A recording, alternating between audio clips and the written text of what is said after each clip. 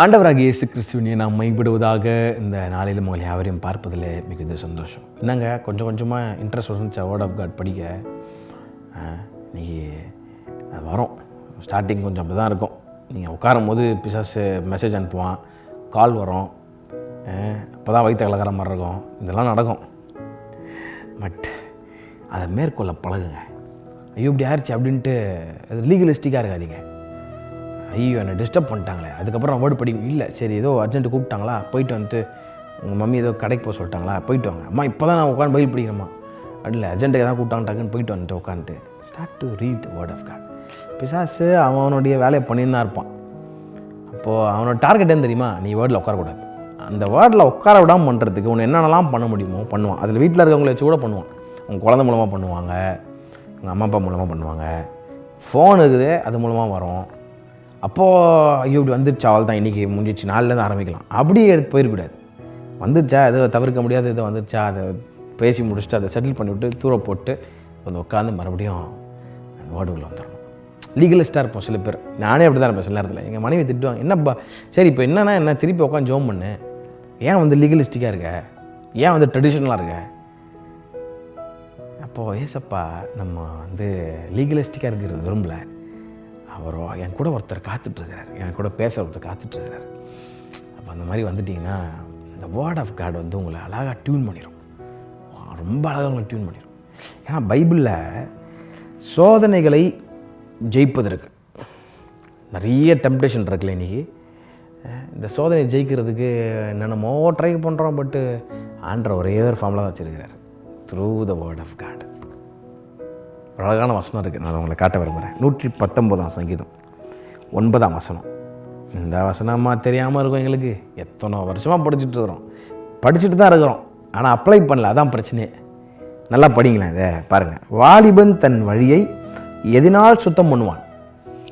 உமது வசனத்தின்படி தன்னை காத்து கொள்கிறதுலாம் தானே அப்படின்றது. ரொம்ப சிம்பிளாக தான் இருக்குது. வாலிபன் தன் வழியை எதனால் சுத்தம் பண்ணுவான்? எதனால் சுத்தம் பண்ணுவான் வாலிபன்? எதுக்கு முதல்ல சுத்தம் பண்ணணும் அப்படின்னு கேட்குறீங்களா? இன்றைக்கி நம்மளை கரப்படுத்துறதுக்கு நம்மளை சுற்றி நிறைய பாவம் இருக்குது. பாவம் நம்மளை கரப்படுத்திடும். ஒரு சூப்பரான வெள்ளை சட்டை எடுக்கிறீங்க, போயிட்டு அந்த வெள்ளை சட்டையை 4 வாட்டி திரும்பி திரும்பி பார்க்குறோம். ஏன் பார்க்குறோம்? ஏதாவது கரை இருக்கா சார்? கலர் சட்டை இருந்தால் கூட கரை தெரியாது. ஆனால் வெள்ளை சட்டையில் ஒரு சின்ன டாட் இருந்தால் கூட ஐயோ இது அசிங்கமாக இருக்கே, வேறு பீஸ் இருக்கா? வேறு பீஸ் இல்லை சார், ஒன்று தான் சார் இருக்குது அப்படின்னா சொல்லுவோம். எனக்கு வேறு ஆர்டர் பண்ணி எடுத்துனாங்க, இது ஒன்று எனக்கு வேணாம் அப்படின்னு தான் சொல்லிட்டு போவோம். அப்போ நம்மளை கரைப்படுத்துறதுக்கு இன்றைக்கி நிறையா பிசாசு வந்து இன்றைக்கி நம்மளை நிறைய வேலை பண்ணுறான். நான் என்னை வந்து கரையே ஆக முடியாது அப்படின்னு யாரும் சொல்ல முடியாது.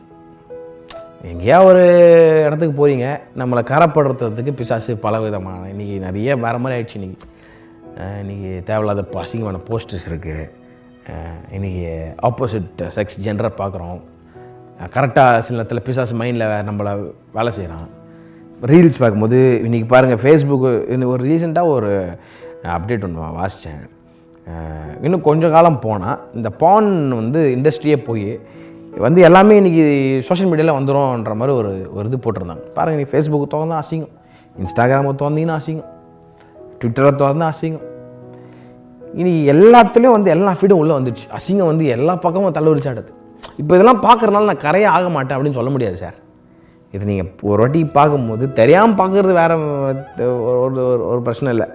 மேலே போனது இப்படி கீழே இறக்கி இது என்னது இது அப்படின்னு பார்க்குறோம் பார்த்தீங்களா? அப்போது நம்ம ஆத்மா கரைப்படுது. அப்போது கொஞ்சம் அழுக்காகுது, நம்ம ட்ரெஸ்ஸு உள்ளே அழுக்காகுது. அதனால தான் சொல்கிறார், வாலிபன் தன் வழி எதனால் சுத்தம் பண்ணுவான். ஏன் சுத்தம் பண்ணணுன்னா இதுதான். நம்ம போகிற இடத்துல நம்ம உங்கள் 2 ஃப்ரெண்ட்ஸ் அசிங்கமாக பேசிக்கிறாங்க, நீங்கள் அங்கே உட்காந்து கேட்டுகிட்டு இருக்கீங்க. அந்த நேரத்துக்கு மேபி அது உங்களுக்கு அஃபெக்ட் பண்ணாமல் இருக்கலாம். தனியான அறையில் வரும்போது உங்கள் ஃப்ரெண்டு பேசினது பிசாசு உங்களை நீங்களே மறந்துருந்தாலும் ட்ரஸ்ட் மீ, பிசாசு அந்த அந்த அந்த கான்வர்சேஷனை உங்களுக்கு கொண்டு வரானா. அப்போது அதில் இப்படி என்ன இருக்குது, அவன் பேசின அந்த சைட்டில் என்ன இருக்குதுன்னு போட்டு பார்க்குறோம், பாவத்தில் விழுந்து மாட்டிக்கும். கரெக்டு தானா? அப்போது நம்மளை கரப்படுத்துகிற நிறைய காரியம் நீங்கள் நம்மளை சுற்றி நிறைய இருக்குது. அதனால தான் ஆண்டவர் சொன்னார், வாலிபன் தன் வழியை. வாலிபன் சொல்கிறத விட ஒரு விசுவாசி தன் வழி எதனால் சுத்தம் பண்ணுவான்? ஒன்றே ஒன்று தான், உமது வசனத்தின்படி தன்னை காத்து கொள்கிறான் தான். வசனத்தின்படி காத்துக்கொள்ளணும். முதல்ல வசனத்தை வாசிக்கணும், நேசிக்கணும், 3வது அப்ளை பண்ணணும். இதுதான் ஃபார்மேட்டு. வசனத்தை வாசிக்கிறோம், நீங்கள் எது பிரச்சனை இல்லை. நல்லா வசனத்தை வாசி, நல்லா ஜெபம் பண்ணுறோம். ஆனால் பிரச்சனை வரும்போது நம்மளால் ஏன் அதை மேற்கொள்ள முடியும் என்றைக்கு யோசிச்சிருக்கீங்களா?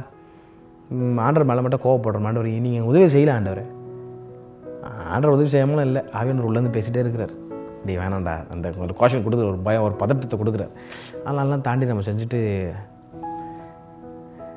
ஒன்றே ஒன்று தாங்க, வாசிக்கணும், நேசிக்கணும், அப்ளை பண்ணணும். இது வந்து எனக்கும் தேவை. இன்றைக்கி ஆவியானவர் என்கிட்டையும் பேசுகிறார். பேசும்போது ஜோம் பண்ணலாமா இன்றைக்கி? நான் ரொம்ப நிறைய பேர் சொல்லுவாங்க சீரியஸில் பிரதர் கட்சியில் ஜோம் பண்ணுங்க, பட் தெரில, அது என்னமோ தெரில. எல்லா சீரியஸிலும் நம்ம எல்லோரும் each one has a different unique வே. கண்டிப்பாக ஜோம் பண்ணுறது நல்லது தான். நம்ம தொடங்குறதுலேருந்து அப்படி மேபி வர நாட்களில் கத்தருக்கு சித்தமானாங்க. அதான் முக்கியமான இடங்களில், தேவையான இடங்களை ஆவியானவர் அதை உணர்த்தும் போது நான் ஜோம் பண்ணுறேன். கண்டிப்பாக I would like to pray. என்னோட கூட இணைஞ்சு நீங்களும் ஜோம் பண்ணுங்கள். நம்ம ஆண்டவரை நாங்கள் வேதத்தை வாசிக்கிற ஆண்டவரே, ஆனால் நேசிக்கவும் செய்கிறேன், ஆனால் அப்ளை பண்ண முடியல ஆண்டவரே. எனக்கு அப்ளை பண்ண கிருபை தாங்க ஆண்டவரே. கேட்கலாமா? How many of you want this prayer? Maybe you are driving in a car, maybe you are sitting and listening somewhere. Lift up your hands and pray. Lord, we come to your holy presence to the name of Jesus. உங்கள் வசனத்தை apply பண்ண கிருபை தாங்க ஆண்டவரே. எங்களை சுற்றிலும் எங்களை கரைப்படுத்துகிற நிறைய காரியம் இன்றைக்கி இருக்குது. எங்கள் ஃபோன் மூலமாக, நாங்கள் கண்ணில் பார்க்குறது மூலமாக, காதில் கேட்குறது மூலமாக, வார்த்தையில் பேசுகிறது மூலமாக கரைப்படுறோம்.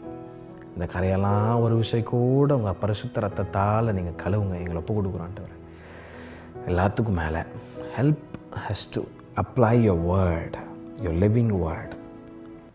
வசனத்தின்படி எங்களை காத்துக்கொள்ளுங்க ஆண்டவர். ஆவியானவரே, காத்துக்குள்ள கிருபை தாங்க, அப்ளை பண்ண கிருபை தாங்க. In Jesus mighty name we pray, amen. ஆண்டவர் உங்களுக்கு அப்ளை பண்ண கிருபை தருவார். அப்போது வாசிங்க, நல்லா டைம் எடுத்து வாசிங்க. அதான் சொல்கிறேன், when you start to enjoy the word. PS5 வாங்குறீங்க, இப்போ புதுசாக CD வாங்குறீங்க, என்ஜாய் பண்ணி விளாடுவோம்ல, டைம் எடுத்து விளாடுவோம். ஆஃபீஸ்லேருந்து வந்தாலும் இல்லை, நான் சும்மா ஒரு ஃபார் எக்ஸாம்பிள் PS5 சொன்னேன். நிறைய இருக்குது, கேர்ள்ஸுக்கு வேறு காரியம் இருக்குது, பெரியவங்களுக்கு வேறு காரியம் நிறைய இருக்குது. இப்போ என் வயசில் இருக்க பசங்களுக்கு பசங்களாம் PS5 விளாடும். எவ்வளோ இருந்தாலும் டைம் ஸ்பெண்ட் பண்ணி விளாடுறோம். அதே மாதிரி when you enjoy the word and read it, அதை நேசித்து வாசிக்கும். இது எல்லாத்துக்கும் நம்மளால் முடியாது, பலத்தால் முடியாது. ஆவியானவர் தான் கிருபை தருவார். அப்போ ஜெபம் அதை வாசிக்கும் போது, ஆவியானவரே இதை எனக்கு நேசிக்க, நான் வாசிக்க அப்ளை பண்ண கிருபை தாங்க. நான் சும்மா வாசிக்கூடாது ஆவியானவரே, இது மூலமாக நான் என்ன கற்றுக்கணும் எனக்கு சொல்லித்தாங்க ஆவியானவர். அப்படி ஹம்பிள் பண்ணி கேட்டு பாருங்கள், ஆவியானவர் சகல சத்தியங்களும் கற்றுருவார். ரொம்ப அழகாக அவங்கள நடத்துவார். ஆமாம், வேர்ட் ஆஃப் காட் மூலமாக நம்மளுடைய வாழ்க்கை பாதுகாக்கப்படுது. Have a beautiful day. கர்த்தர் தாமே உங்களை எல்லாரையும் ஆசீர்வதிப்பாராக. ஆமென்.